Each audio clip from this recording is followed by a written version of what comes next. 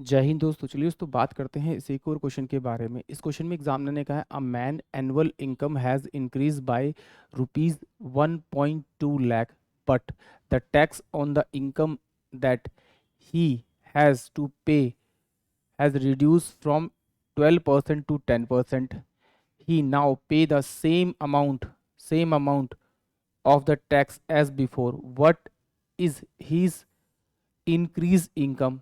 यानी कि एग्जामिनर ने क्या कहा कि पहले वो ना एक्स रुपीज़ अमाउंट पे वो टैक्स पेमेंट कर रहा था, अब उसका जो अमाउंट है बढ़कर क्या हो गया, एक्स प्लस का 1.2 लाख हो गया।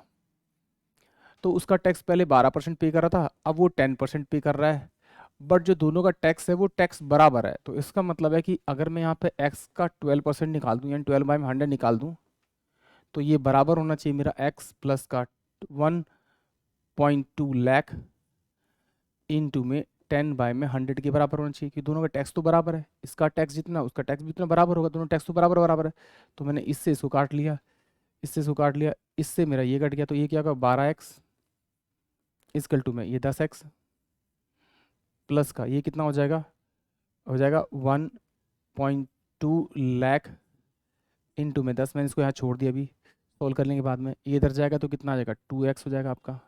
2x बराबर 1.2 लाख को मैं खोल के लिखना चाहूँ तो मैं लिख सकता हूँ, क्या लिखना चाहूँ, लिख सकता हूँ उसको मैं 1204 यानी कि 2.5 सैकड़ा हज़ार 10,000 लाख यानी 1,20,000 रुपये इंटू में 10।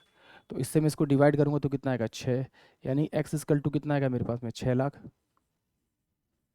1.5 सैकड़ा हज़ार 10,000 लाख 6 लाख, यानी कि x की जो वैल्यू आई वो 6 लाख है। यानी पहले इनकम कितनी थी उसकी 6 लाख थी, अब बढ़ी कितनी है 1,20,000 यानी कि 7,20,000। तो ये 7.2 लाख ये इसका करेक्ट आंसर होगा, यानी कि ऑप्शन जो बी होगा वो इस क्वेश्चन का करेक्ट होगा। एक बार फिर देखते हैं एक्स परसेंट, एक्स का मैंने माना कि इनकम एक्स थी तो उसका 12% निकाला, बराबर में क्या होगा एक्स प्लस का 1.2 लाख यानी कि 1,20,000 का 10% निकाला। दोनों का दिया हुआ टैक्स तो बराबर होगा, दोनों को रखा बराबर रखा, सोल्व करने का जो वैल्यू आई मेरे पास वो 6 लाख आई। 6 लाख उसकी क्या थी स्टार्टिंग में इनकम थी, अब 1,20,000 रुपये और बढ़ गई है तो उसकी 7.2 लाख इनकम होगी। आइए इसको भी शॉर्ट मेथड से भी देखते हैं, ट्राई करके देखते हैं इसको। ज़रा यहाँ पर देखिए, यहाँ पर ये वैल्यू दी हुई है, ये 12% दिया हुआ है और ये 10% दिया हुआ है। ये क्या दिया हुआ है, इसने कहा कि भाई 12% उसने टैक्स दिया यदि इनकम उसकी 100 रुपये थी।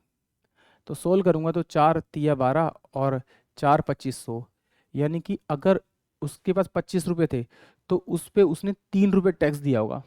फिर कह रहा है एग्जामिनर कि इनकम बढ़ गई, कितनी बढ़ गई 1,20,000 रुपये इनकम बढ़ गई उसकी, और टैक्स जो है वो कितना घट गया, तो वो टैक्स जो घट गया वो कितना हो गया 10% हो गया घटकर, तो 1/10 हो गया। यानी कि अगर उसके पास में 10 रुपये थे इनकम लास्ट में तो उसने टैक्स कितना दिया होगा 1 रुपये दिया होगा, बट एग्जामिनर ने कहा है कि दोनों बार टैक्स तो बराबर है, तो इसका मतलब ये 3 और ये ऊपर वाली वैल्यू टैक्स तो बराबर होना चाहिए। तो इसे किस नंबर से मल्टीप्लाई करेंगे 3 से, जब आप 3 से मल्टीप्लाई करेंगे तो 3 से मल्टीप्लाई करना पड़ेगा। तो पहले जो इनकम थी उसकी 25 थी, अब इनकम कितनी होगी 30 होगी। इन दोनों का डिफरेंस देखते हैं, डिफरेंस कितना है मेरे पास 5 आया, बट डिफरेंस मुझे एग्जामिनर दे रखा है 1,20,000।